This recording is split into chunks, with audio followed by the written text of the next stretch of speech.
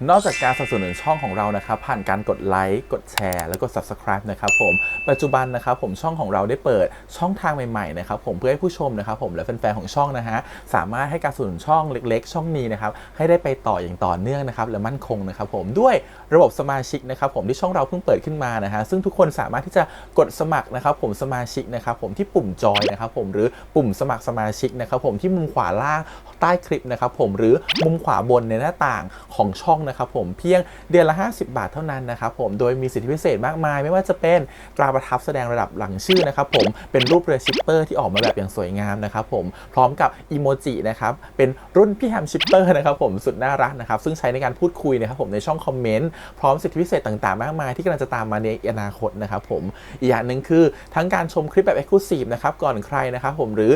โอกาสที่จะได้ทำกิจกรรมต่างๆร่วมกันในอนาคตนะครับผมก็สำหรับสมาชิกเท่านั้นนะครับผมที่เก็บสิทธิ์นี้เอาไว้ให้กับทุกๆท่านนะครับแต่หากระบบสมาชิกยังไม่หนำใจนะครับผมเรายังมีช่องทางอื่นให้สนับสนุนกันนะครับผมไม่ว่าจะเป็นระบบซุปเปอร์แตงนะครับผมซึ่งหากผู้ชมเนี่ยเจอสัญลักษณ์นะครับรูปหัวใจนะครับผมที่มีดอลลาร์ไซน์นะครับผมหรือสัญลักษณ์รูปเงินดอลลาร์อยู่เนี่ยข้างใต้คลิปใดคลิปหนึ่งเนี่ยสามารถที่จะคลิกนะครับผมเพื่อโดเนทนะครับผมแทนคำขอบคุณนะฮะเพื่อเป็นการสนับสนุนช่องได้นะครับหรือจะเป็นการโดเนทนะครับผ่านบัญชีธนาคารนะครับผมซึ่งได้ใส่รายละเอียดเอาไว้แล้วนะครับข้างใต้คลิปนี้นะครับผมเอาไว้ที่คำบรรยายใต้คลิปนอกจากนั้นนะครับผมเรายังได้เปิด Line Open Chat นะครับซึ่งชื่อว่า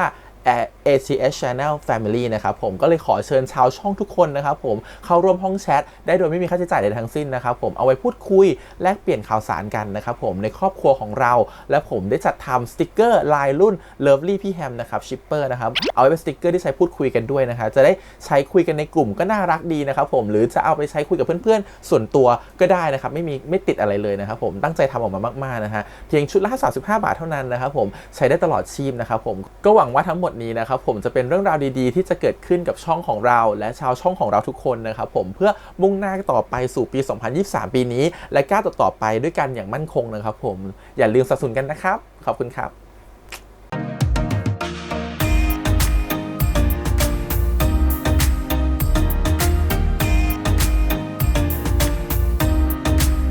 สวัสดีครับยินดีต้อนรับสู่ช่อง ATS Channel นะครับกับพบกับการ reaction นะผมวันนี้อยู่พี่แฮมนะครับกับซีรีส์เรื่องชายเดอะซีรีส์นะครับผม EP ที่5 EP แล้วทำถึงมากโอ้ยโชว์ก้นโชว์อะไรกันไปเรียบร้อยนะเดี๋ยวรอดู EP นี้ซิว่ามันจะเป็นยังไงเข้มข้นขึ้นหรือเปล่าและ EP นี้นานพิเศษด้วยชั่วโมง14 นาที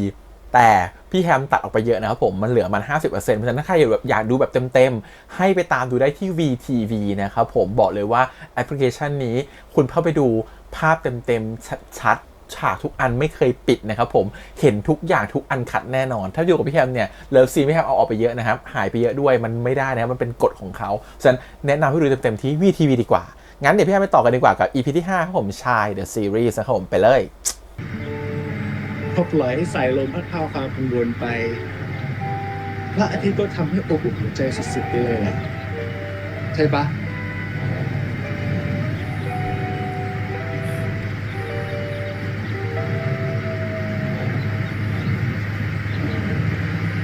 สบายใจขึ้นหรือยัง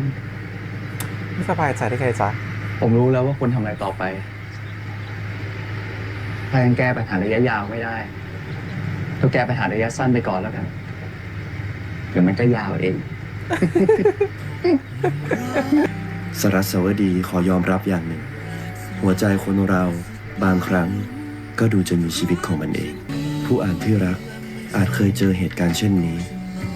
เมื่อสมองบอกว่าไม่แต่หัวใจบอกเอาเลยบางทีก็ทำให้เราสงสัยเราตกหลุมรักอะไรรอยยิ้มเขาแววตาเขาคำบอกรักของเขาทุกๆอย่างที่ประกอบขึ้นมาเป็นเขาหรือเราตกหลุมรักกับการถูกรักกันแน่ฉันชอบจังเลยตกหลุมรักเพราะเราถูกรักคุณผู้อ่านคงคิดเราไว้ใจเขาได้แค่ไหนหรือยิ่งกว่านั้นเราไว้ใจตัวเองได้แค่ไหนกันเชียวรักแล้วอย่างไรต่อไปหนทางข้างหน้าจะเป็นเช่นไร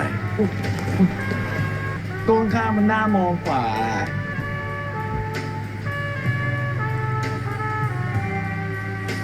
จะหวานเวอร์จะเปิด EP กันเลยตอนตกหลุมรัก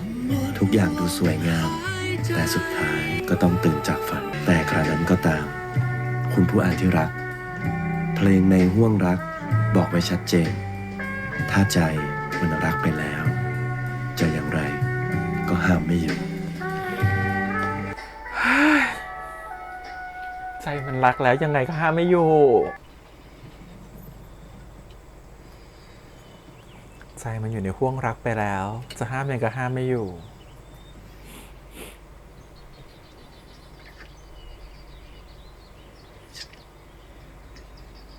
พอก่อนดีไหม เดี๋ยวกลับไปเจอกันแล้ว ถ้ากลับด้วยกันน่ะ จะจูบตลอดทางเลย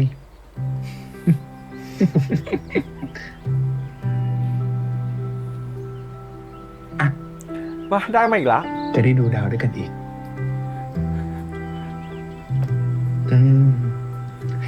แต่ว่าเราติดกลิ่นตินแล้วว่า ขอแลกกับผ้าเช็ดหน้าได้ปะ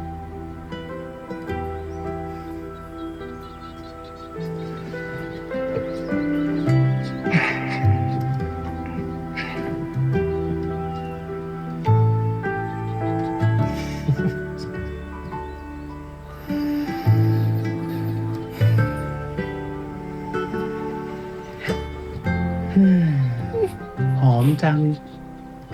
หอมเหรอ มันตกพื้นแล้วนะ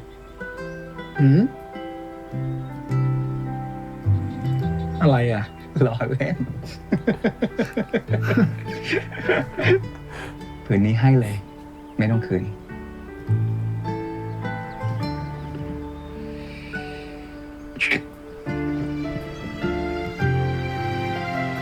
ขับรถดีๆนะ ไว้เจอกัน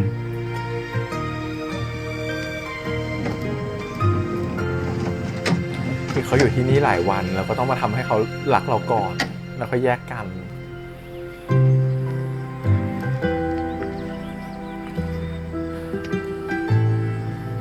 คุณธันวาเขาโรแมนติกอะ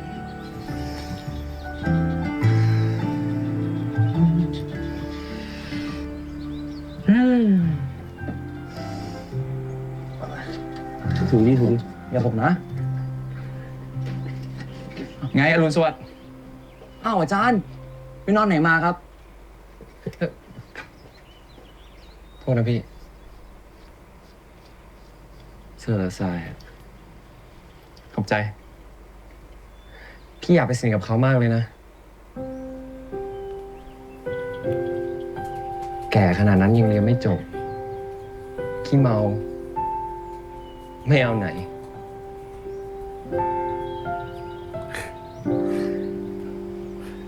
พี่เป็นคนดีนะ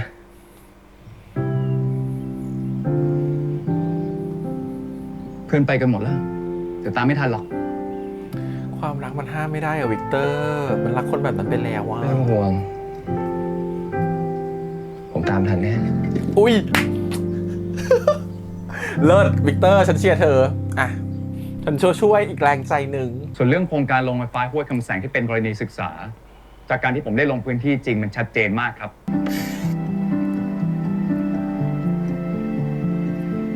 ผมคิดว่าการศึกษาควรถูกบรรจุลงไปในแผน เราสร้างโครงสร้างพื้นฐานอย่างเดียวไม่ได้ เราต้องสร้างพื้นฐานให้คนด้วย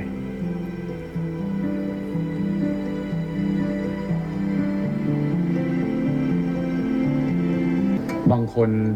ใช้เวลาทั้งชีวิตทำงานนี้ แต่กลับไม่เคยได้ออกไปเจอคนที่เราทำงานให้จริงๆเลยสักครั้ง แต่คุณกลับออกไปเจอ และรับฟังพวกเขา แต่ผมก็ทำได้แค่ ฟังพวกเขาเพื่อเอากลับมาเป็นกรณีศึกษา ไม่ใช่เพื่อช่วยพวกเขาในตอนนี้ หน้าที่ของเราคือมองไปข้างหน้า ดร. ตริน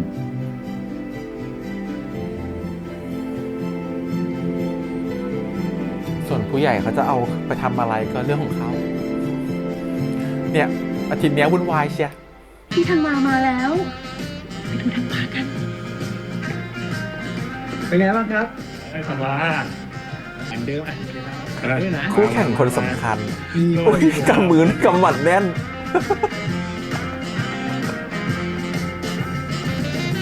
กล้ามก็ใหญ่กว่าหุ่นก็ดีกว่าอย่างเงี้ย หนาว สวัสดี ม พี่ท่านโฆษกมา ว้ายตายแล้ว มาร่วมด้วย ท่านผู้ชมสวัสดีค่ะ วันนี้ออกงานครั้งแรกกับคุณทีวีรู้สึกยังไงบ้างคะ ใช่ครับครับ วันนี้ได้โอกาสพาคุณเทวีมาเจอนางสาวไทยคนใหม่ครับ ดีมากเลยครับ แล้วคุณทีวีล่ะคะตื่นเต้นไหมคะ นานๆได้ออกงานทีนะคะ นั่นสิครับ ใช่ครับใช่ครับ งั้นเปิดทางให้ท่านเดพันด้วยนะครับ ความรักในสถานะที่เราต่างกัน สปินครับ สวัสดีครับ โลกของความเป็นจริงที่สุรัสวดีว่าไว้ นี่ ห้ามใจไม่ได้เลยเหรอ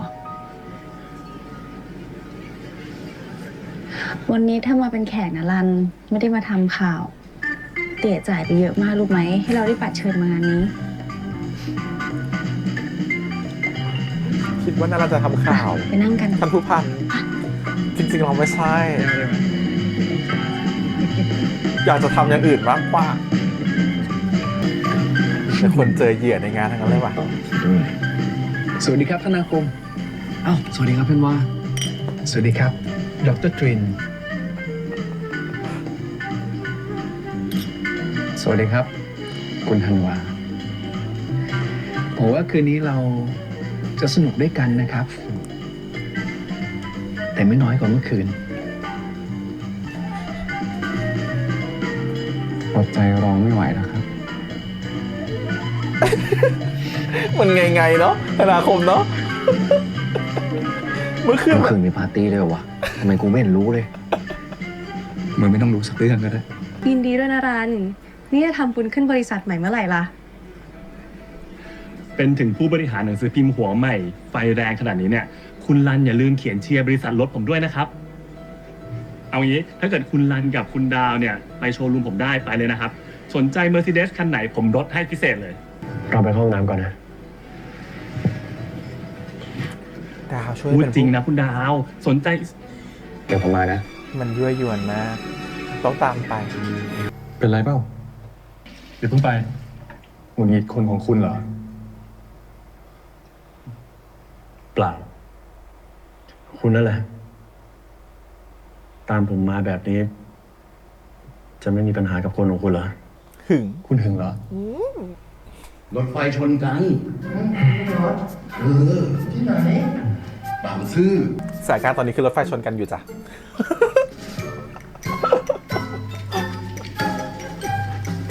ต้องมีสักวันที่เราตื่นจากฝัน หมายความว่าอะไรอะ ก็เขียนเรียกกระแสไปงั้นแหละ ไม่จริง คุณโง่เท่านั้นที่ถลำลึกลงไปรวดเร็ว ชอบการพูดที่ซอกคอ แต่มันก็ช่วยไม่ได้ คนโง่ที่ว่า คุณกำลังพูดถึงตัวเองใช่ไหมล่ะ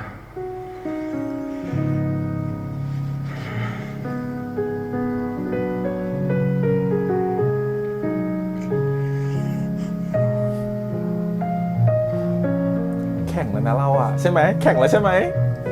ห้องน้ำว่างเยอะนะ พร้อมถลำลึก อีกหรือยัง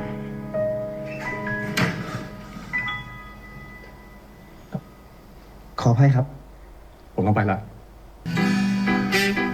แข่งเลยใช่ไหมล่ะ เก็บไม่ได้ละ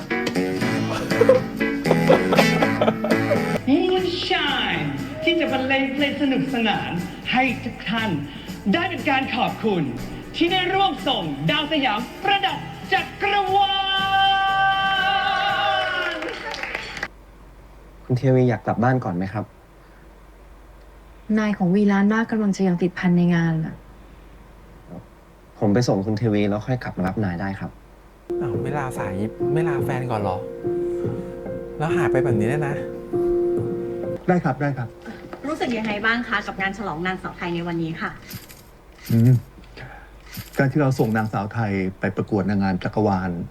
ผมถือว่ามันเป็นการสร้างภาพลักษณ์ให้กับเราหลังจากที่ว่างเว้นมานานหลายปีนะครับ คุณประเดิมเซอร์ไพรส์มากเลยนะคะ ที่คุณมาร่วมงานนี้ ผมต้องขอโทษด้วยนะครับ ที่ไม่ได้แจ้งให้ทราบล่วงหน้า แต่ผมก็หวังว่าของขวัญเล็กๆ น้อยๆของผม จะทำให้คุณมอยล่า ได้จัดงานดีๆ แบบนี้ต่อไปอย่างยั่งยืนครับ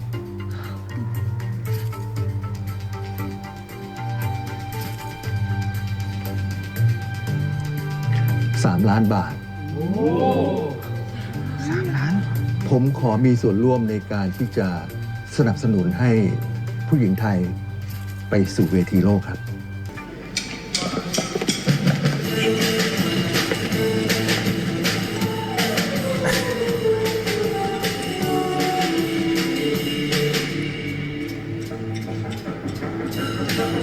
อ๋อ โอ๊ย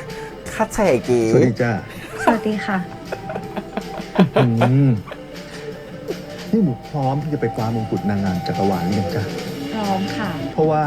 เวลาประกวดเนี่ยต้องใส่ชุดว่ายน้ำด้วยนี่ใช่ไหมจ๊ะ น่าจะใส่ชุดว่ายน้ำมาด้วยเลยนะครับ จะได้ให้คะแนนไปก่อน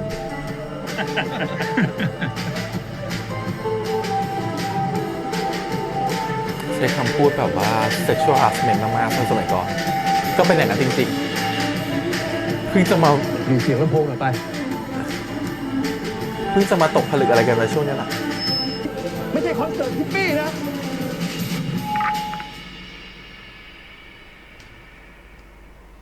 แต่นี่ก็ไม่ใช่งานของพ่อนะครับ เผื่อทุกคนยังไม่ทราบ นี่พ่อของผมเองครับ คุณประเดิมฉัตรบดี นักธุรกิจใหญ่ ผู้ไม่เพียงคุมลูกน้องได้ แต่คุมลำโพงได้ด้วย ว้าว นึกออกแล้ว เอาเพลง My Way ของแฟรงค์ซินาตราไหมครับ ผมว่าเหมาะกับพ่อนะฮะ เพราะว่าพ่อชอบควบคุมทุกอย่าง ตามทางของพ่ออยู่แล้ว ถูกไหมครับ อีกทีสิครับ มันจะได้บาลานซ์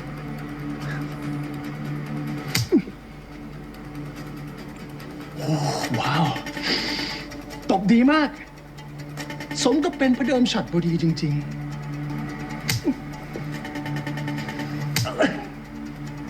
พอเถอะครับ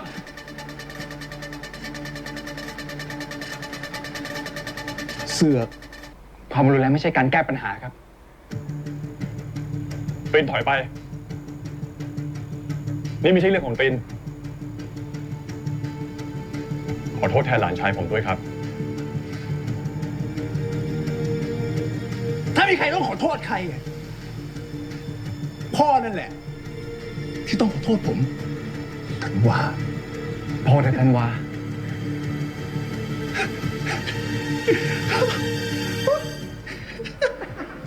ท่านสุภาพบุรุษและสุภาพสตรีคะ คืนนี้เรามาร่วมเป็นสักขีพยานให้กับดาวแห่งสยาม ที่กำลังจะไปส่องประกายในจักรวาล และเพื่อเป็นการขอบคุณผู้สนับสนุนทุกท่านนะคะแกรนด์พาราดิโซ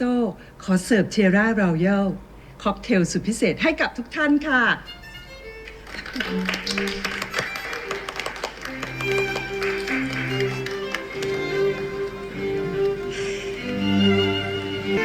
ในคุณบอกว่าคุณควบคุมมันได้ไง เอ๊ะ ฉันว่าจะไม่เคยใช้คำว่าคุมนะ แล้วทีนี้จะจัดการยังไงกับมันต่อไป ก็ต้องให้เวลาเขาหน่อยสิอย่าเพิ่งไปหักหาน แต่มันอวดดี ถ้าคุมได้ ก็ไม่ใช่ลูกชายของคุณพเดิมกับชัญญานะสิคะ จริงไหม มอยราคือรับคุณพเดิมขอให้มอยราช่วยดูแลเด็กคนนี้เนาะ เงินที่ให้3 ล้านก็อุปถัมภ์ลูกชายด้วยหรือเปล่าไม่รู้ ความจริงฉันก็ไม่สนุกกับการออกงานสังคมอะไรแบบนี้หรอก แต่เป็นหน้าที่น่ะก็เลยต้องออก ผมไม่ค่อยชอบออกงานหรอกครับ อย่าบอกนะ ว่าเต้นรำไม่เป็น ครับ ฟังเสียงเขาเหมือน เอ่อ สุริโยไทยมาก คุณเทวี ช่วยกรุณาสอนผมได้ไหมครับ ได้สิ ๆ เสียงแบบว่า แล้วเดี๋ยวฉันจะเอามือวางไว้อย่างนี้ เหมือนข้างหลังภาพมาก ส่วนข้างเนี้ย แตะไว้ที่สมบักหลังฉัน ตายแล้วฉันว่าเกินเลยแน่นอนทรงนี้ วิไลอย่าเกรงนะ อุ๊ยมีแต่ความรักต้องห้าม ฉันขอเข้าบ้านก่อนจ้ะ คุณเทวีครับ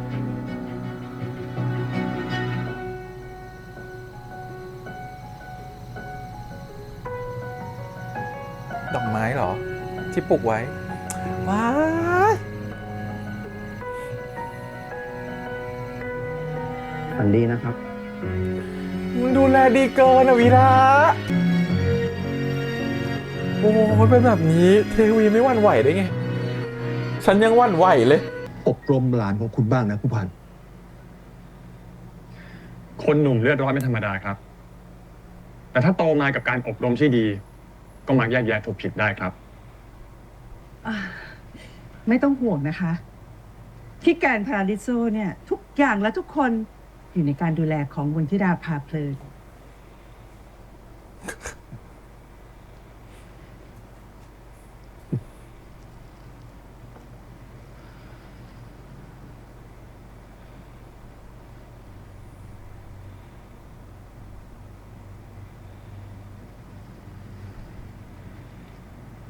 อุ๊ย สิ่งนี้ไม่ได้อยู่ในการดูแลของมนทิราพาเพลินแน่นอน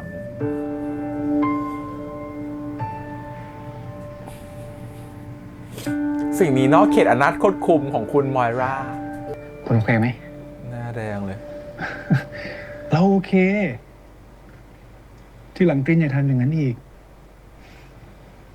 อย่าไปยุ่งกับพ่อเราอีก เราเป็นลูกเขาอะอย่างมากก็ตบเราจนเหนื่อย ยังไงเขาก็ไม่เอาถึงตาย แต่กับคนอื่น ไม่แน่ เพราะงั้นอย่ายุ่งเลย ไปก่อนนะ ไว้ว่างๆค่อยเจอกัน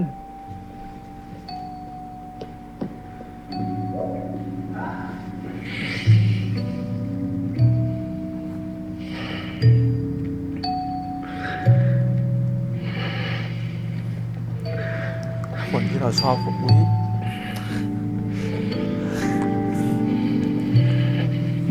คนที่เราชอบเขามีปมในใจที่เขาก็ยิ้มสู้แต่เขาไม่บอกเราอะบางทีมันก็รู้สึกนะว่าแบบ ฉันมีค่าอะไรในสายตาเธอหรือเปล่า อ้าวเนี่ยเดี๋ยวก่อน กูต้องตกใจอะไรก่อนเนี่ยฮะ ลูกกูเนี่ยสั่นเป็นเจ้าเข้าหรือว่ามันตื่นมาทำกับข้าวกินเองเนี่ยฮะ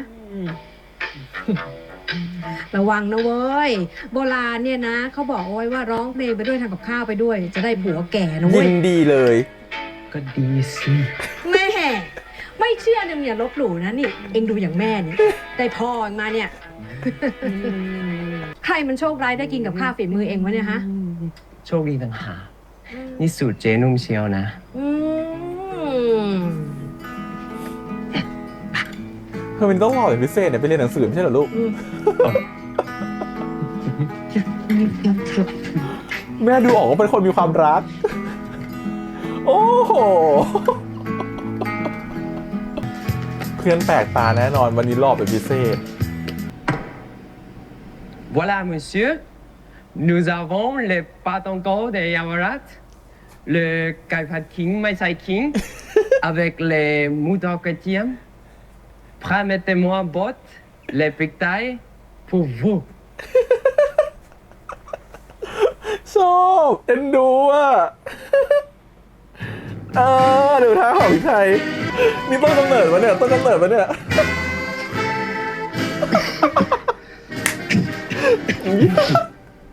ขอโทษ ไม่ต้องทำขนาดนี้เลย ก็ผมอยากทำให้พี่ไงครับ โอ้ย มีเกณฑ์จะได้แฟนเด็กไหมเนี่ย อ่ะ นี่ พี่ไม่กินขิง พี่กินข้าว3/4ทัพพีและ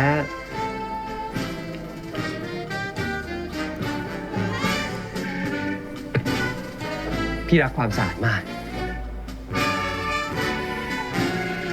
ขออนุญาตนะครับ วิสมายขั้นเทพ Voici votre Nam Tao Hu Hiêu Quy Tà Lạc Long Tê Mây Hoán Mây Bốm Tâm Sột Mưa Xào อันนี้ไม่ใช่ฝรั่งเศสแล้ว เมเฟิร์นทำสดเมื่อเช้าก็คือทำสดเมื่อเช้า อุ้ยเด็กมันน่ารักอยู่นะ ไม่ฉีกได้ไหม ผมอยากให้เขาอยู่ด้วยกัน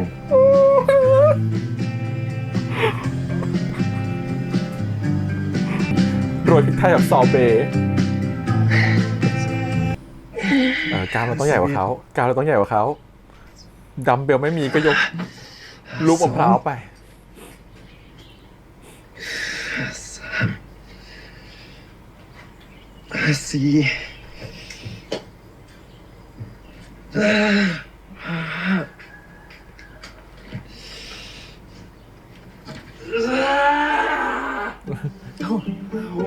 มันเนียนมากจำเพี้ยนได้ไงวะ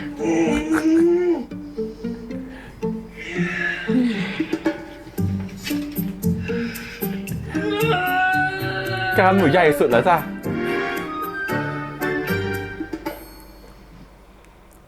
เฮ้ย น้อง คนขาดพอดี คู่พี่เขาหน่อยดิ นี่มันคืออะไร EP ของวิกเตอร์เหรอ โอ้กล้ามใหญ่กล้ามใหญ่ต้องโชว์พี่เขาหน่อยเร็วทับแขนทับแขน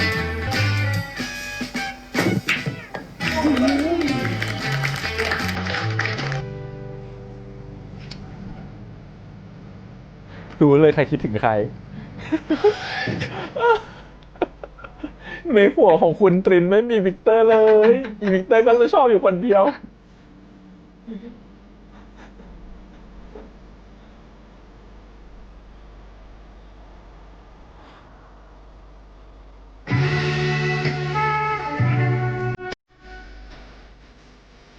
ไม่ชอบการทำผ่านอย่างเงี้ยการถ่ายแบบเนี้ย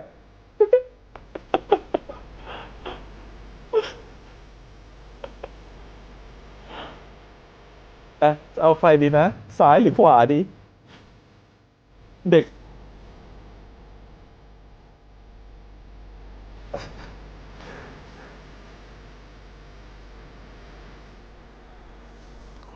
เด็กบริการดีมีการศึกษาดีเป็นหมายเด็กดูแลเราได้ อีกคนอย่างเงี้ยคือเดินผู้ใหญ่ชีวิตอิสระฟรีวิวเอาหลักเอาแน่เอานอนไม่ได้ไม่มีหลักไม่มีแรงเอาอะไรดี ไม่เอาอะไรเลย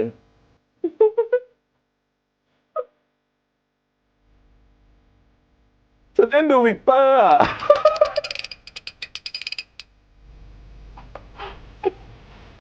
ผมได้รับรายงาน ที่ผู้ใหญ่บ้านห้วยคำแสงประสบอุบัติเหตุเสียชีวิตเมื่อคืนนี้ มันหัวหมอนะ จะเอานั่นเอานี่ ชาวบ้านเริ่มตั้งคำถามแล้วครับ ว่าเหตุการณ์นี้ไม่ใช่อุบัติเหตุ ก็จัดการซะสิ หรือจะร้อยข่าวมันออกไปก่อนหรือไง ส่วนไอ้พวกปากมาก ก็ไม่ควรให้เหลือปากให้พูดได้อีก ผมขออนุญาตเรียนตามตรงนะครับท่าน ว่าผมไม่เห็นด้วย กับการแก้ปัญหาด้วยวิธีแบบนี้ การรักษาเสถียรภาพ ไม่ควรใช้แค่ความกลัวเข้าควบคุม ในฐานะทหาร ผู้พัน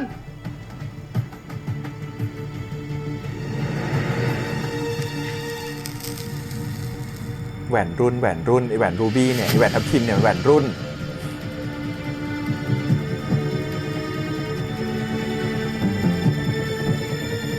ยังใหม่กับเกมนี้มาก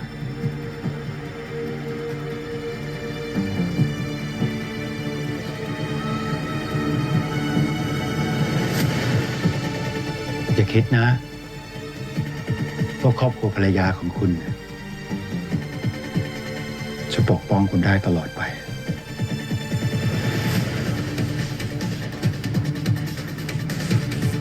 ครับท่าน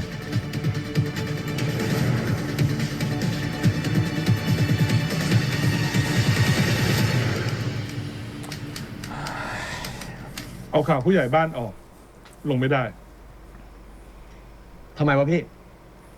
สถานการณ์มันกำลังร้อน ไม่ใช่หน้าที่สื่อที่ต้องไปเติมเชื้อไฟ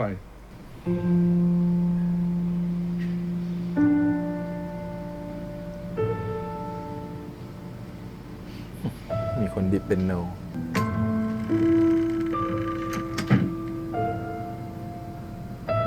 เสียงเป็นโนเขาเล่น โอ้โห แค่ผ้ารอเลย อื้อหือ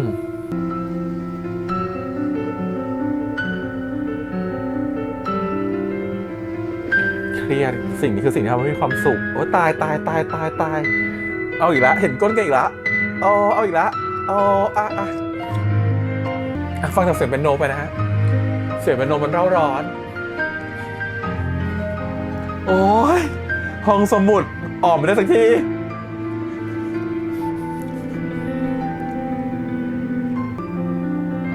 เฮ้ย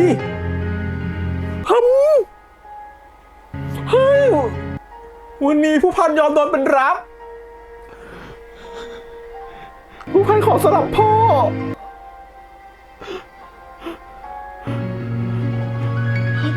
ผู้พันยอมรับให้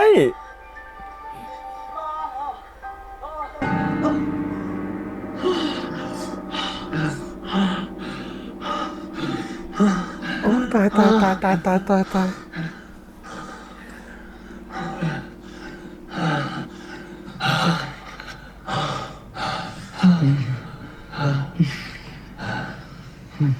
ครั้งก็อยากสูญเสียบทบาทของผู้นำบ้าง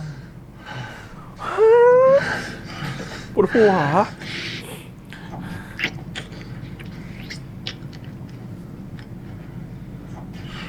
เป็นอะไรเปล่าไม่ได้เป็นอะไร ไม่จริงหรอก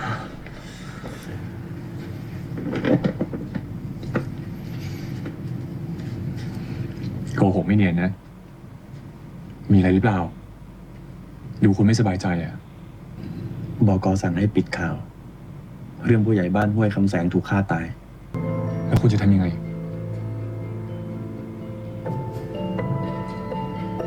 แล้วผมควรทำยังไง เงียบทำเหมือนไม่เคยมีอะไรเกิดขึ้น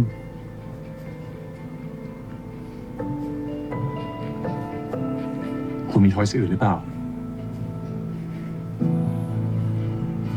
สรสวดี ไม่สินรัน คุณเห็นทางข้างหน้าของตัวเองเป็นยังไง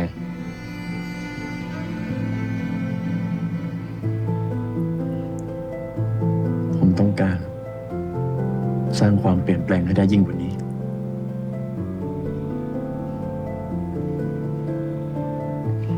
การเปลี่ยนแปลง มันมักจะมาพร้อมการสูญเสียนะ นักหนังสือพิมพ์ ต้องคอยส่องทางให้มวลชน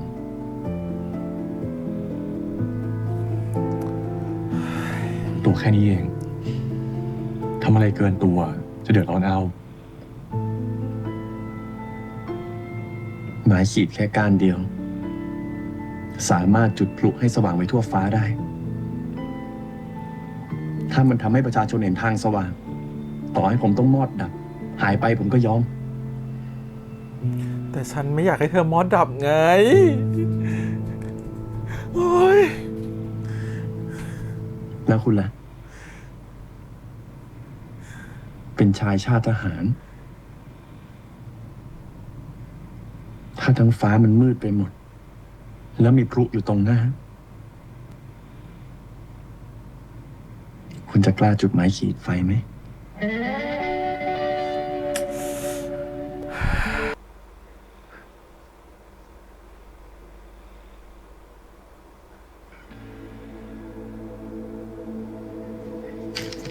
แผ่นเพลงที่เขาชอบฟัง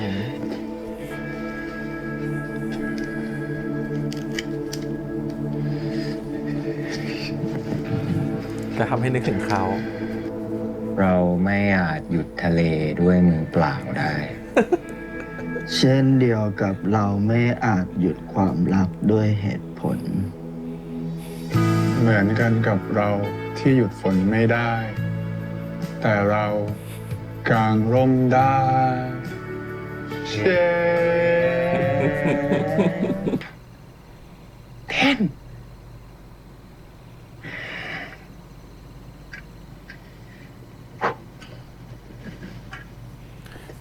ผู้ชาย ทำอะไรวะ อุ๊ย ชิบหาย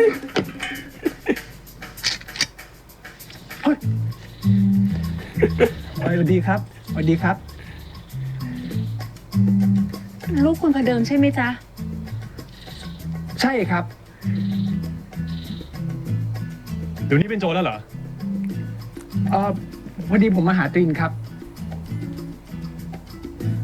รีบขนาดถึงรอกันไม่ได้เลยเหรอจ๊ะ ครับพอดีว่าตรินเขาลืมของไว้กับผมอะครับ สำคัญขนาดต้องเอามาคืนตอนนี้เลยเหรอ ใช่ครับสำคัญมากๆเลยครับพอดีว่า มันเป็นใจ ตรินเขาต้องเอาของจากผมอะไปใช้ทำงานในวันพรุ่งนี้ครับ พรุ่งนี้วันเสาร์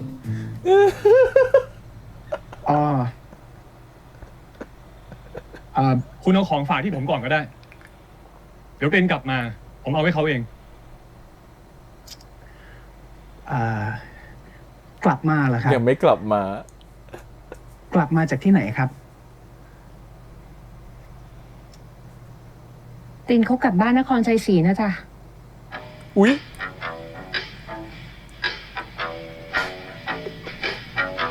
เรนคงไม่อยากให้ใครรบกวน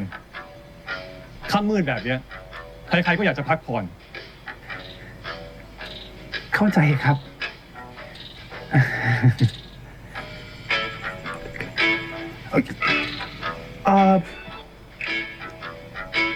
โอเคงั้นผมขอตัวก่อนนะครับดีครับสวัสดีครับสวัสดีครับสวัสดีครับ คุณอานี่เหมือนกับแบบพ่อกำนันอะอย่ามายุ่งกับลูกสาวฉันนะ ขอโทษด้วยนะครับสวัสดีครับทุกคน โอ้ย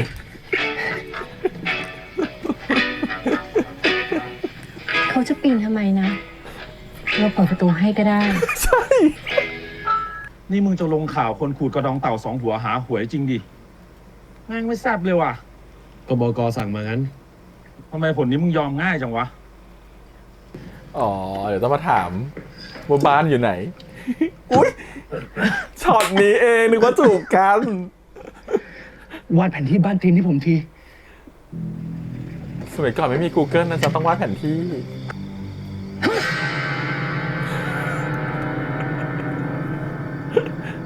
มาหาใครจ๊ะ มาหาตรินครับ พี่มาหาตริน ไม่มีคนชื่อนั้นเลยจ้ะ เอ๊ะต้องมีสิ อย่าเข้ามานะ มีคนบุกรุก แตงเกิดอะไรขึ้น อาทิตย์คนนี้เขาจะเข้าบ้านเรา ชื่อติ๊ด อาทิตย์สวัสดีครับ ชื่อเล่น นี่มาเหนื่อยๆต้อง ติ๊ กิ ด นนี่ ชื่อจริงชื่อตริน แตงโมปลาแห้งของโปรดติ๊บนะ เดี๋ยวนี่น้ำตาลเมา โอ้อย่าพึ่งสิกินนี่ก่อน พี่กับไอ้ติ๊ดเพิ่งไปขึ้นตาลมาเมื่อเช้ามืด น้อยๆก่อนนะลูก เดี๋ยวเมา ชื่อติ๊ดเนี่ย มันมาจากไหนเหรอครับ ใช่แบบว่าอาร์ติสหรือเปล่าครับ ไม่ใช่ ติดก็คือทำไมเล่าให้เพื่อนฟังกระติดลิดที่แปลว่าเล็กๆอ่ะ ตอนเกิดอ่ะมันเล็กติดเดียวก็เลยเรียกติดไง จะโตแล้วมันติดไหมคะ เล็กเท่านี้เลยเหรอครับ ประมาณอย่างเงี้ยแหละ แต่ตอนนี้โตแล้ว ใช่ตอนนี้โตนะครับ โต เห็นมากระตา เป็นหนุ่มแล้วโตแล้ว หายเหนื่อยแล้วใช่ไหม กลับได้แล้วมั้ง เอาไอ้ติ๊ดมึงจะไปไล่เพื่อนทำไมล่ะ นั่นดินอนนี่ไหมล่ะ เมียไม่ว่าใช่ไหม ยังไม่มีเมียครับแม่ แต่ว่าผมมีคนที่แอบชอบอยู่กำลังตามง้อเขาอยู่ครับ เฮ้ยติ๊ดนายแบบมีเสื้อตัวอื่นไหมอ่ะ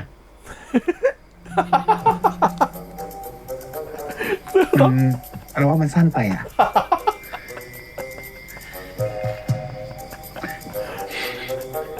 ใส่ตัวเนี้ยแหละ หล่อแล้ว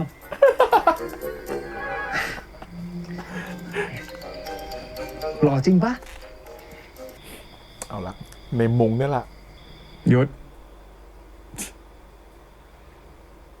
หลับตาอยู่แล้วรู้ได้ไงอ่ะ กลิ่นสมูบนมือคุณแรงขนาดนั้น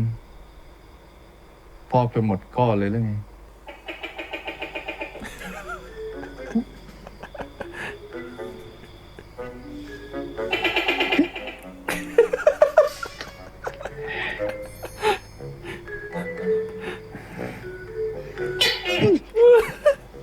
ติ๊ด ฮิปปี้เขาถนัดเรื่องใกล้ชิดธรรมชาติไม่ใช่เหรอแบบนี้ไม่ชิดได้ปะถ้ามันหล่นมาใส่หน้าทำไงอะก็แค่หยิบออกไงไม่เห็นยากเลยโคตรติดงั้นขอก่อนหน่อยได้ปะถ้ามันหล่นใส่หน้าจริงอะจะได้กระจายความเสียงไงได้ไหม มันหาเรื่องจับให้ได้แหละ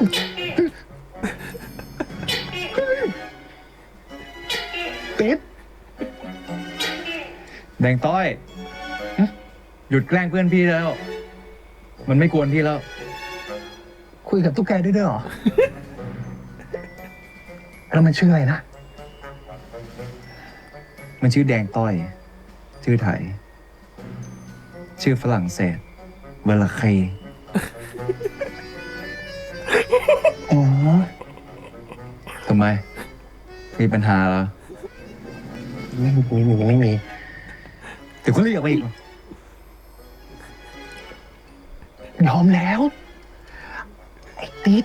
มันแน่มากยอมแล้วว่าอะไรให้เฮ้ยปิ่นยอมแล้วนอนเถอะนะ นอนกัน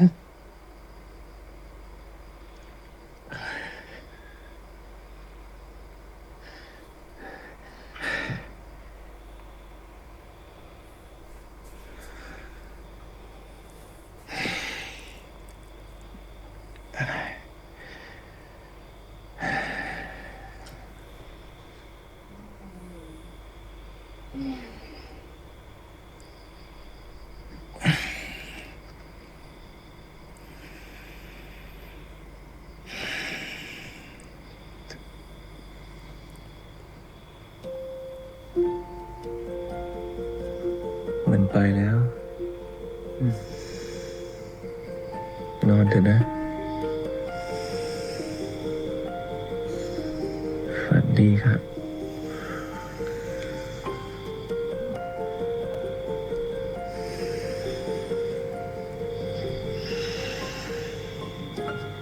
ฝันดีครับ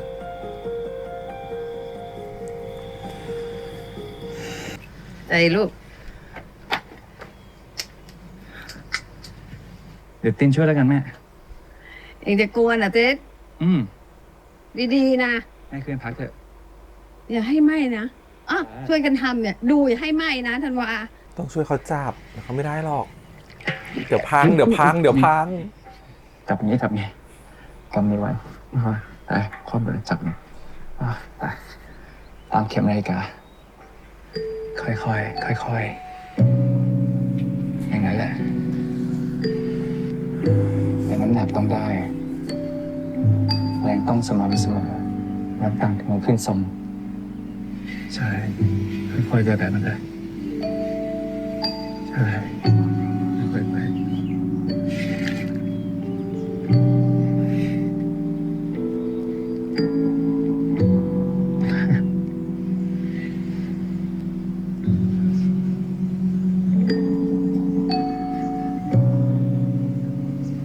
นี่เราคบกันอยู่หรือเปล่า ก็ใช่สิ เราเจอกันบ่อย สนิทกัน มีความสุขด้วยกัน ในฐานะอะไร คนหนึ่งเขาต้องการสเตตัส ฐานะอะไรก็ได้ ได้หมดเลย คนรักเหรอ จะเรียกแบบนั้นก็ได้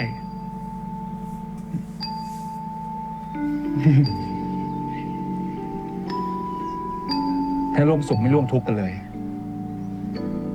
มันไม่ใช่คนรัก คีย์เวิร์ด คีย์พอยต์ตรงนี้แหละ ถ้ากรินหมายถึงเรื่องพ่อเราอะเราแค่ไม่อยากให้กรินซวย เราเป็นห่วงกริน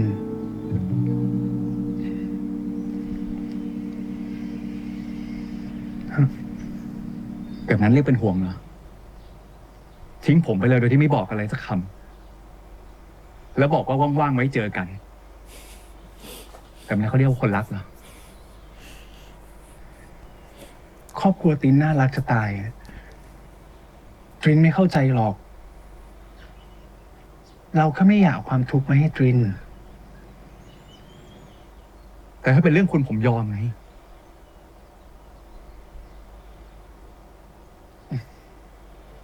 เราแค่เที่ยวเล่นกัน กินเหล้ากันไปวันๆไม่คุยกันเรื่องอนาคตไม่ใส่ใจความรู้สึกกันเลยแบบนี้จริงๆเหรอแล้วมันไม่ได้หรือไงตรินอยู่กับเราตรินก็มีความสุขดีไม่ใช่หรอทำไมแค่มีความสุขมันไม่พอตริน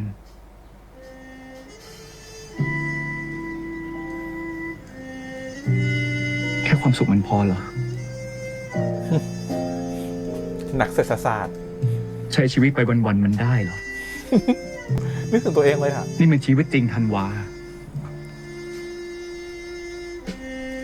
คนรักกันมันคือการร่วมสุขร่วมทุกข์แล้วทุกครั้งที่ผมทุกข์คุณไม่เคยอยู่ตรงนั้นเลย คุณทิ้งผมไว้เสมอ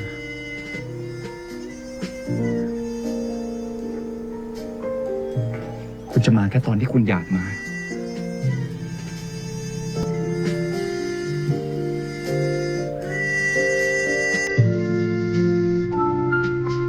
ไม่และจ้ะ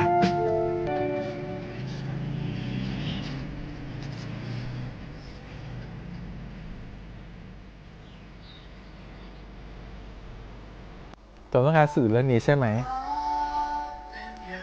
น้ำตาลที่ว่าหวานแต่ถามมันอยู่นานเกินไปโดยที่ไม่ดูแลมันก็ไม่ได้เช่นกันน่ารักมาทั้ง EP นะครับผมขมตอนจบซะงั้นน้ำตาลไหม้ซะงั้นนะฮะ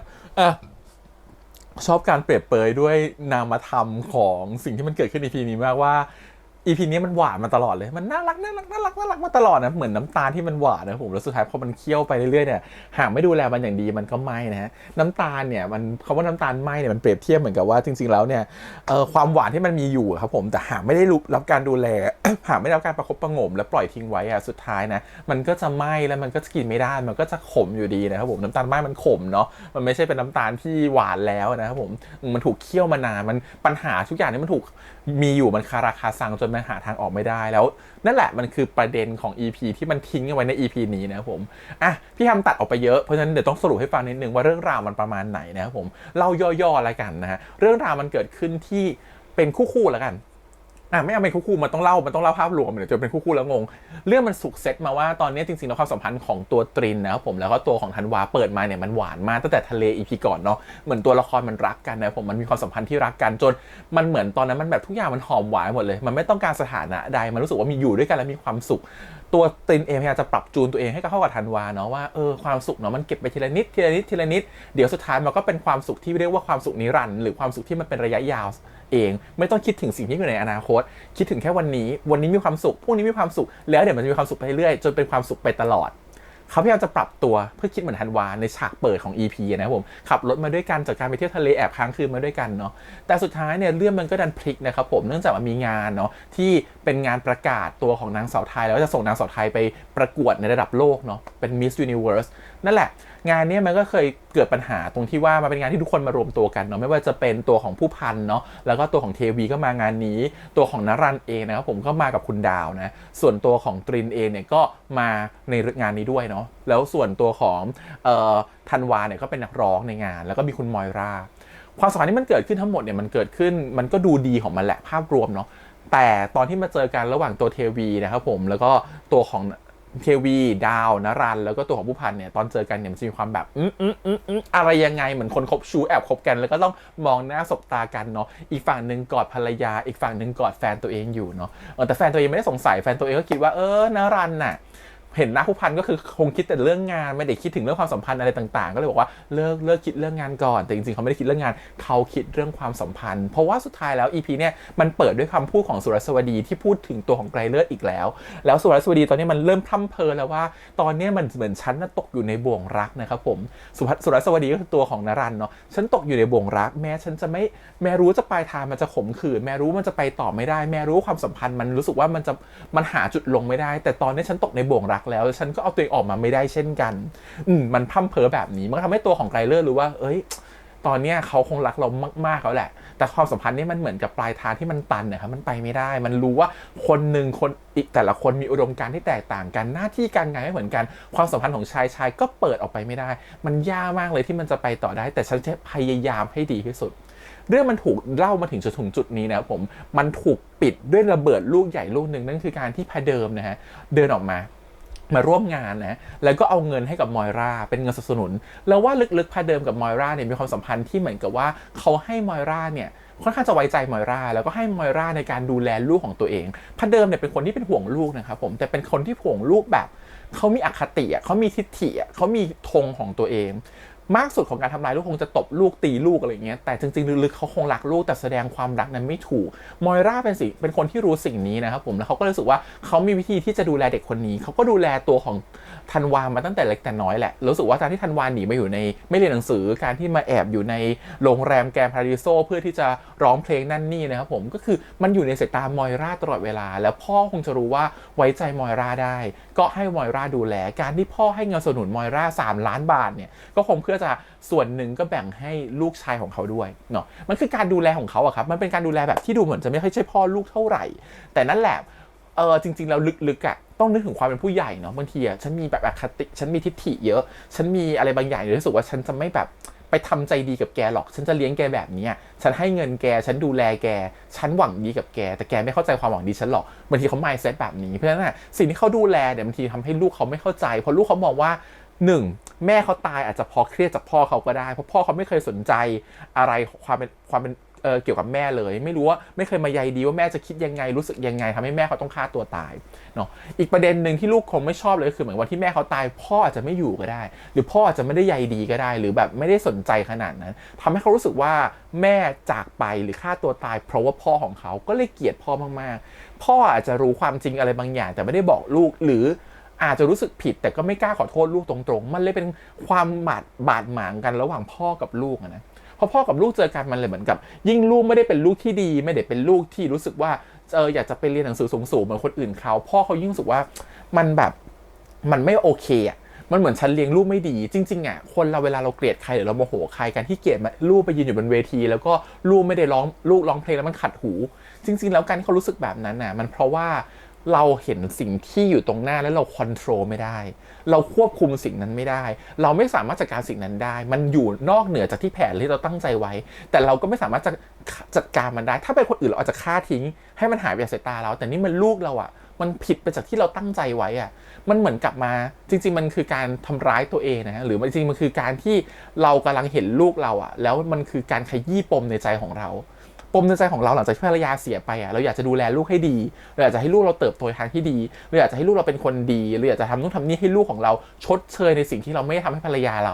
าแต่ลูกเรากลับไม่รับสิ่งนั้นน่ะลูกเราปฏิเสธสิ่งนั้นมันเหมือนกับว่าสิ่งที่ฉันตั้งใจจะทำอ่ะความตั้งใจลึกๆมันไม่ถูกทำออกมามันเลยเหมือนทุกครั้งที่เห็นลูกอ่ะมันคือความที่ทำให้ตัวเองอ่ะรู้สึกมั่นใจน้อยลงคนที่รู้สึกว่าตัวเองอยู่จุดสูงสุดนะครับผมทำทุกอย่างมาหมดแล้วทำทุกอย่างให้มันดีที่สุดแล้วพัฒนาประเทศฉันคือผู้ยิ่งใหญ่อ่ะแต่มันมีคนหนึ่งคือลูกของตัวเองอ่ะกำลังทำให้ความยิ่งใหญ่ของฉันนะมันดูด้อยค่าลงอ่ะความเป็นตัวฉันมันดูด้อยค่าเพราะฉันทำสิ่งที่ง่ายที่สุดในชีวิตในการดูแลลูกไม่สำเร็จเนี่ยแหละการที่พ่อเห็นลูกมันถึงเกลียดตัวเองแบบนี้มันถึงรู้สึกว่าขวางตาขวางลูกกระตามากๆแต่กับคนอื่นพ่อเขาไม่ได้ใจดีเหมือนลูกเขาสิ่งที่มันเกิดขึ้นคือวันที่พ่อเขาตบหน้าลูกชายตัวเองในงานเนี่ยตัวของตรินรักในตัวของพันวาแล้วก็เลยเข้ามาขวางมันโดนด่าว่าเสือกไว้นะว่ามายุ่งทำไมแล้วถ้าแกมายุ่งแกจะตายก็ได้หรือโดนหิ้วก็ได้เพราะฉันไม่ใช่แกไม่ใช่ลูกฉันเนาะซึ่งเราว่าคนที่รู้ความร้ายกาจของพเดิมนั่นก็คือตัวของผู้พันเนาะไกรเลิศรู้ก็เลยรีบไปขวางหลานตัวเองไว้ก่อนว่าอย่าเข้าไปยุ่งนะสิ่งนี้มันเป็นเรื่องของพ่อลูกเขาแต่จังหวะเหตุการณ์นี้แหละมันทำให้พ่อลูกทะเลาะกันแต่เหตุการณ์มันเกิดขึ้นในช่วงท้ายนั่นคือความน้อยใจของตัวตรินกับธันวาครับเพราะว่าตรินเขาอยากจะเข้าไปช่วยเหลือธันวาอยากจะรู้ว่าธันวาเจออะไรมาอยากจะเข้าไปเยียวยาจำได้ไหม EP ก่อนเนี่ยธันวาได้แชร์เรื่องที่แม่เขาฆ่าตัวตายมันเหมือนกับเขาได้เป็นส่วนหนึ่งเนาะความทุกข์ของธันวาได้เป็นส่วนหนึ่งของเขาได้ willing ที่จะแชร์ครับผมความรู้สึกความรักมันต้องเกิดจากการที่เราแชร์ความเจ็บปวดด้วยกันอย่าลืมว่าตัวของธันวาเขามี สูตรสำเร็จในความคิดของเขานั่นคือทุกอย่างมันง่ายๆมีความสุขหนีจากความทุกข์ไปหาความสุขโดยที่เก็บความทุกข์นั้นเป็นก้อนๆไว้ใต้พรมโดยไม่สนใจ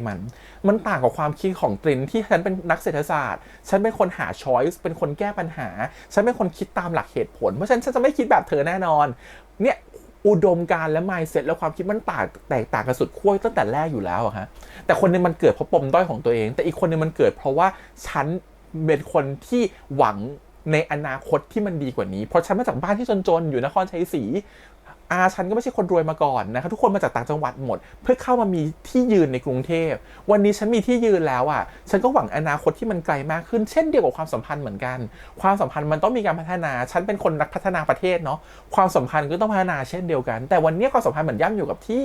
เธอแชร์ฉันเรื่องนึงตอนอยู่ทะเลแต่พอถึงวันนี้ฉันเห็นเธอเจ็บปวดฉันจะขอเข้าไปแชร์ความเจ็บปวดนั้นกับ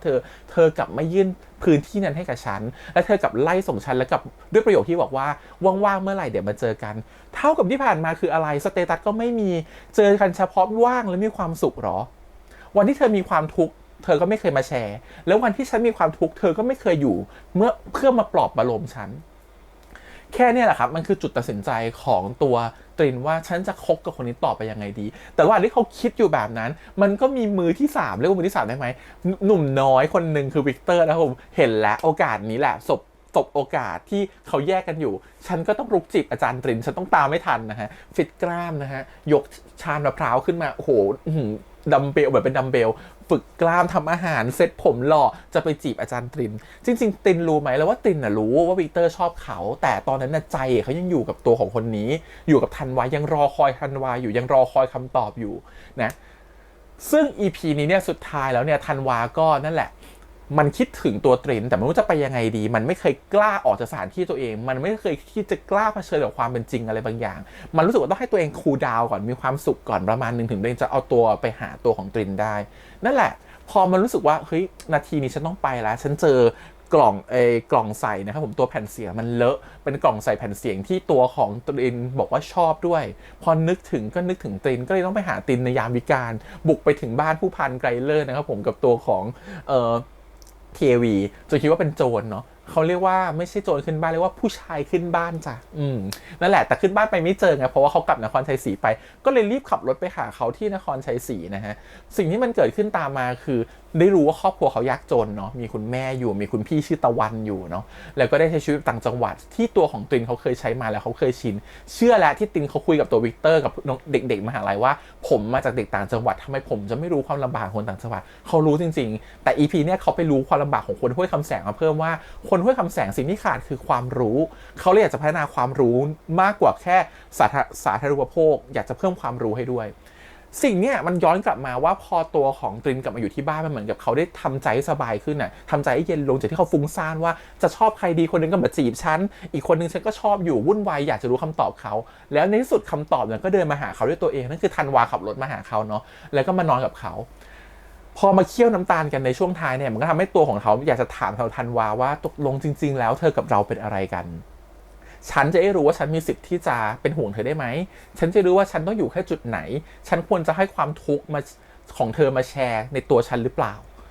แต่สิ่งที่ธันวาตอบมันกลับเลื่อนลอยมากๆเลยอะเป็นอะไรก็ได้อิสระแค่มีความสุขวันนี้ไม่พอหรอเพราะว่าอุดมการณ์และความคิดของเขาคือขอแค่มีความสุขในตอนนี้ก็พอความทุกข์ทั้งหมดที่มีขอให้มาลายหายไปมันจะมากแค่ไหนฉันขอกลบมันเอาไว้ฉันขอหาความสุขก่อนมันเลยเหมือนคนสุขนิยมอะฮะแล้วคุณไม่ได้แก้ปัญหาเลยเช่นวันนี้สมมติบ้านคุณเป็นหนี้10 ล้านแต่สิ่งที่คุณทำคือฉันขอมีความสุขกับการที่ดีดฟังเพลงดีดกีตาร์โดยที่มีความสุขอะใช่แต่คุณไม่ได้คิดทางแก้ต่อว่าปัญหานั้นจะถูกแก้ยังไงอะนั่นคือนิสไตล์ของธันวาครับคือเขาไม่ได้แก้ปัญหาอะไรเพราะเขารู้สึกว่าเขาขอมีความสุขไปวันๆก็พอนั่นคือการที่เขาทิ้งชีวิตนะเพื่อไปเจออีกชีวิตหนึ่งเหมือนชีวิตฮิปปี้ของเขาหรือนักร้องของเขา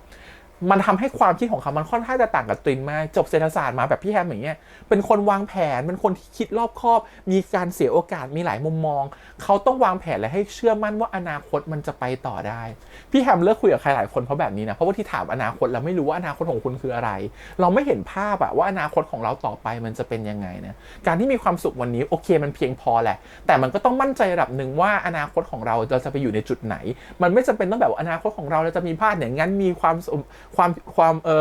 มสัมพันธ์แบบนี้แบบว่าไม่ต้องแต่มันแค่ต้องรู้ว่า คบกับเธอแล้วอะฉันเห็นว่าอนาคตอะเราจะอยู่ด้วยกันในสภาพแบบไหนแต่คบกับธันวามันกลับรู้สึกว่าฉันไม่เห็นอนาคตเลยอะฉันเห็นแต่ความเลื่อนลอยของคนคนนี้ฉันรู้สึกว่าคนคนนี้มันไม่ได้มีจุดหมายปลายทางที่ชัดเจนว่าจะไปตรงไหนและเขาก็ไม่ยอมเฟิร์มให้กับฉันด้วยว่าเรารักกันเราเป็นแฟนกันผมจะดูแลปกป้องคุณไปตลอดเองไม่นั่นแหละมันทำให้ตัวของตินคิดว่านี่ไม่ใช่ความรักละอันนี้มันคือความหลงมันคือความรู้สึกว่าอยู่กับเธอแล้วมีความสุขแต่มันเป็นแค่ความหลงชั่วครั้งชั่วคราวหรือเปล่าก็เลยเลือกที่จะเธอออกไปจากชีวิตเธอกลับไปดีกว่าให้ไปตกผลึกความคิดของเธอก่อนแล้วเธอให้กลับมาเนาะก็ไม่รู้จะให้โอกาสอีกรอบไหมแต่ไม่รู้ว่า EP หน้าเนี่ยตัวของตินจะเปิดโอกาสให้วิกเตอร์หรือเปล่าเพราะขาดเนี่ยเขาพร้อมจะสู้และพร้อมจะจีบอยู่แล้วเนาะก็ต้องรอกันใน EP หน้านะครับผมโอเคทีนี้ move นะครับผมทั้งหมดกลับมาที่อีกคู่หนึ่งก็คือนรันแล้วก็ตัวของไกรเลิศนารากับไกรเลิศชอบกันมากชอบกันอยู่แล้วใครที่บอกไม่ชอบนี่ผิดเลยนะครับผมยังไงก็ชอบไม่ได้ตั้งใจมาหลอกกันด้วยขนาดประโยค EP เนี่ยนารันพูดเองด้วยซ้ำว่าจริงๆแล้วที่ฉันรักไกรเลิศอ่ะเพราะว่าฉันอยากจะได้ข้อมูลของไกรเลิศเพราะว่าฉันตามข่าวเขามาเยอะหรือที่ฉันชอบเพราะอะไรกันแน่สุดท้ายก็ตกผลึกว่าฉันชอบเพราะรอยยิ้มเขาฉันชอบเพราะคำพูดเขาฉันชอบในเวลาที่เขาอยู่ใกล้ๆกับฉันมันคือความชอบแล้วครับมันคือความรักแล้วครับมันไม่ใช่ความแบบเข้ามาเพื่อจะเกาะกินหรือหาข้อมูลหรือหาผลประโยชน์จากอีกฝ่ายไม่ใช่เลยสิ่งที่มันเกิดขึ้นแบบนี้มันทำให้ตัวของนารันรู้สึกว่าฉันน่ะตกหลุมรักเขาไปจนลุกไม่เอาไม่ขึ้นแล้วมันยิ่งขยี้กว่านั้นคื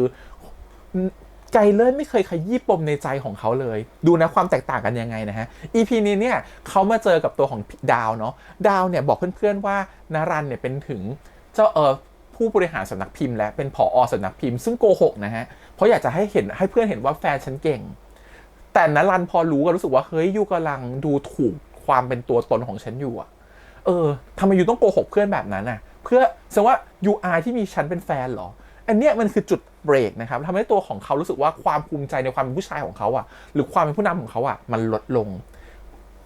ต่อมาตัวของตรินนะครับผมตรินเองเนี่ยก็ไปเจอข่าวไม่ใช่ตัวของตรินตัวของไกรเลิศเนี่ยก็ไปเจอข่าวว่าหัวหน้าหมู่บ้านห้วยคำแสงเสียชีวิตเนาะโดยประชาเป็นคนสั่งนะครับผมให้มีการฆ่าหัวหน้าทีมแล้วก็ให้ปิดข่าวนะซึ่งเขาไม่เห็นด้วยกับการใช้ความรุนแรงเพื่อจะควบคุมอำนาจการที่จะควบคุมอำนาจนะครับมันมี2วิธีเนาะคือเหมือนที่ตัวของ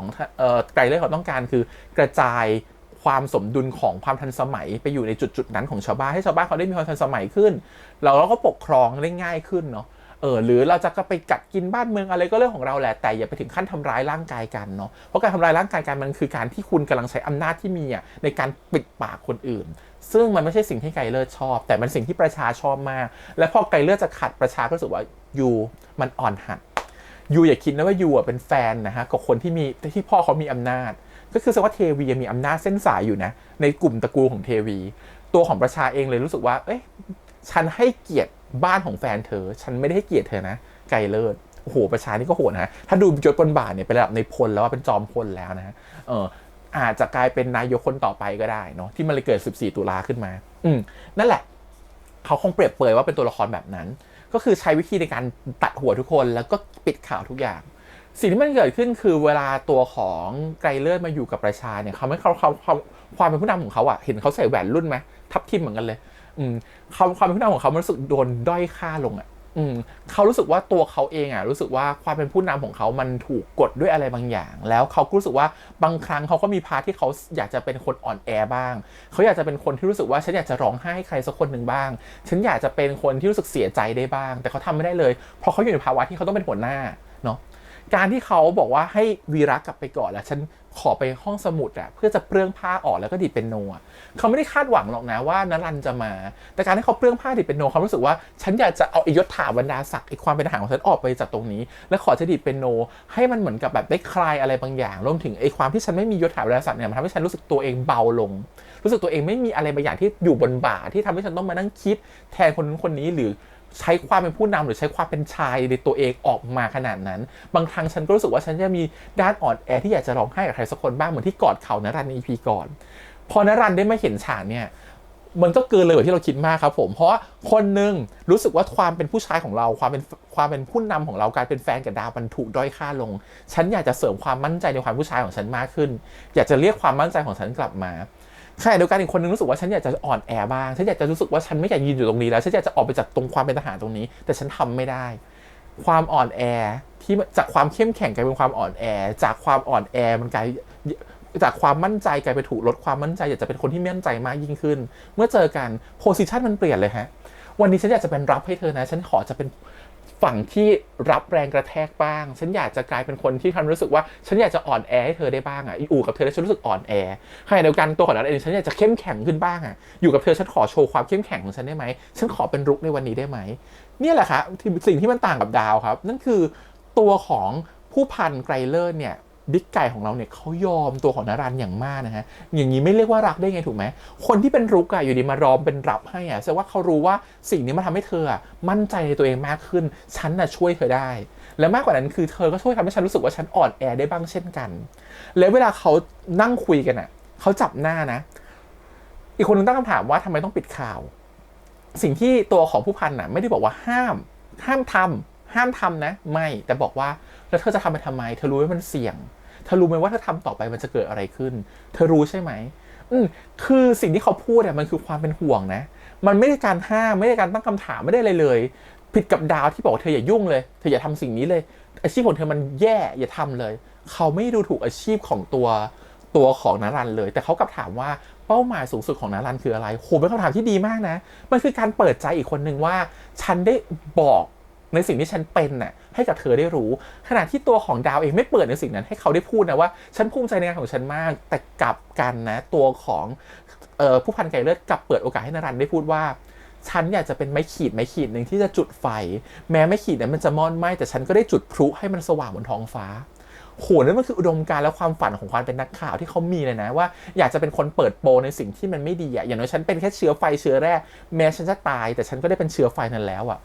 นั่นคือความหวังมากๆของคนที่ในสายอาชีพของเขานั่นแหละคำถามมันคือคำถามเปิดใจครับคนเราจะรักคนตรงหน้ามากๆเมื่อคนที่อยู่ต่อหน้าเราเขาถามเราให้เราได้พูดในสิ่งที่เป็นตัวตนของเราขณะที่คนหนึ่งเขากดความเป็นตัวตนของเราไว้นั่นแหละทำให้นรันยิ่งรักผู้พันมากขึ้นไปอีกแล้วผู้พันก็รู้ว่าสิ่งที่นรันทำมันไม่โอเคนะมันปลายทางจะเป็นยังไงฉันอยากจะฟังปลายทางของเธอแล้วพอฉันเห็นปลายทางของเธอแล้วฉันจะวางแผนและร่วมไปกับเธอและฉันจะร่วมแก้ไปกับเธอหรือว่าต่อไปสิ่งที่ตัวของไกเลอร์จะทำมันคือการที่เขาอาจจะลาออกจากตำแหน่งนะหรือออกจากสิ่งที่เขาเป็นตอนนี้แล้วไม่อยากทำต่อแล้วเพราะว่าเขารู้ว่าเขาไม่อยากจะขัดแย้งกับอุดมการณ์ของคนที่เขารักเขาไม่อยากจะกลายเป็นขั้วศัตรูของคนที่เขารักนั่นคือเขายอมมากๆนะยอมหลายๆอย่างให้กับคนที่เขารักมากๆขณะเดียวกันพอพูดแบบนี้จะเห็นว่าตัวธันวาไม่เคยยอมอะไรแบบนี้กับตัวของตรินเลย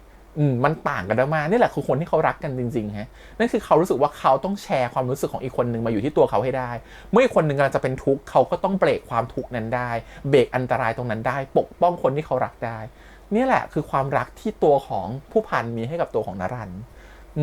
นมันสำหรับพี่รู้สึกว่ามันยิ่งใหญ่นะเราต้องดู movement ต่อไปของผู้พันแล้วจะทำอะไรต่อไปจะยอมออกไหมจะเลิกกับทำกับสิ่งนี้ไหมแล้วเอาไปร่วมสนับสนุนแฟนตัวเองให้เรียกร้องเพราะมันเป็นสิ่งที่เขาไม่เห็นด้วยอยู่แล้วหรือเขาอาจจะเป็นไส้ศึกของทหารก็ได้ที่เอาข่าวมาให้กับภาคประชาชนก็ได้แต่นั่นแหละในความที่เขารักคนนี้มากๆคนที่อยู่ที่บ้านเขาก็ไม่ได้รักไงนั่นคือเทวีนะครับผมเทวีตอนนี้ก็มีความสัมพันธ์แบบกำลังจะห้ามใจตัวเองกับวีระไม่ได้แล้วเพราะวีระดูแลดีซะเหลือเกินนะครับผมดูแลดีเกินไปมากนะ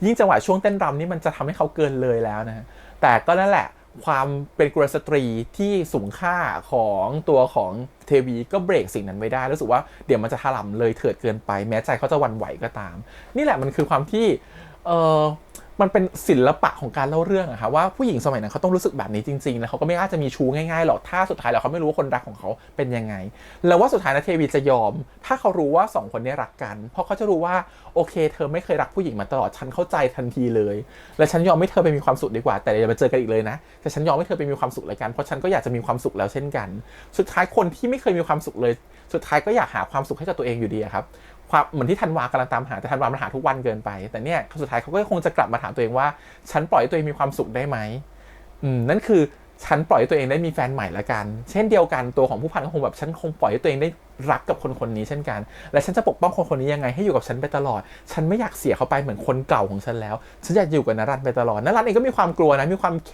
ร์ตัวของผู้พันเหมือนกันเขาก็เลือกที่จะเขียนข่าวนู่นนี่นั่นที่ไม่เกี่ยวกับการเมืองเลยลงไปในแต่ละวันเหมือนกันแต่มันก็ขัดใจอุดมการณ์เขาไงแต่เขาเลือกทำให้ตัวเองไม่เป็นไปตามอุดมการณ์ เพราะว่าเขารักอีกคนหนึ่งเนี่ยแหละมันคือการทำแบบยอมบางอย่างที่เป็นสิ่งที่ตัวเองทำมาตลอดนะครับเพื่อให้อีกคนหนึ่งนั่นคือความรักฮะขณะเดียวกันตัวของธันวาที่ทำกับตินมันไม่ใช่ความรักเลยมันคือการที่เขารักตัวเองเพราะเขาอยู่กับตินและมีความสุขเฉยๆแต่เขาไม่เคยแคร์เลยว่าตินจะรู้สึกยังไงจะอยู่ในสถานะแบบไหนจะกังวลแค่ไหนไม่ได้แคร์โหเป็น EP ที่มันตอบหลายๆอย่างมากและความคิดการกระทำมากๆแต่ EP นี้ต้องยอมรับนะคะเขาเล่าด้วยมุมเมนที่น่ารักมากๆมันมีฉากตลกฉากน่ารักหลายฉากมากแล้วรวมถึงฉากเลิฟซีนที่สุดท้ายฉันก็ยังออกจากห้องสมุดไม่ได้อยู่ดีก็ยังวนอยู่ในห้องสมุดอยู่ดีนะครับผมก็เป็นเลิฟซีนแซ่บๆอีกเลิฟซีนหนึ่งเฮ้ยมันจะไม่ให้เราอยู่ออกจากห้องสมุดเลยใช่ไหม EP 5แล้วนะเหลืออีก3 EP นะเธอจะให้ฉันออกห้องสมุดบ้างได้ไหม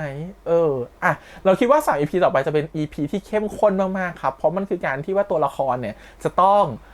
movement เร็วละการเมืองมันเปลี่ยนทุกอย่างมันเปลี่ยนตัวละครต้องตัดสินใจว่าจะทำหรือไม่ทำอะไรละความรักเนี่ยมันดูเหมือนปลายทางมันจะเป็นไปไม่ได้เลยทั้งสองคู่นะแต่สุดท้ายแล้วว่ามันจะจบได้แฮปปี้หมายความว่าเมื่อสุดท้ายทหารมันโดนอะไรบางอย่างให้เกิดการเปลี่ยนแปลงทหารจะลดอำนาจลงเองแล้วสุดท้ายไกลเลือดอาจจะมีพื้นที่ในการที่จะรักกับนรันก็ได้แต่ก่อนอื่นแล้วว่าเทวีต้องเข้าใจก่อนและเทวีต้องเป็นคนที่ปล่อยให้ไกลเลือดออกมาจากความสัมพันธ์ของตัวเองเช่นกันส่วนธันวากับตรินเนี่ยรู้สึกว่าเดี๋ยวอีกสักพักหนึ่งก็คงจะปรับจูนเข้าหากันได้ธันวาเหมือนต้องโตขึ้นกว่านี้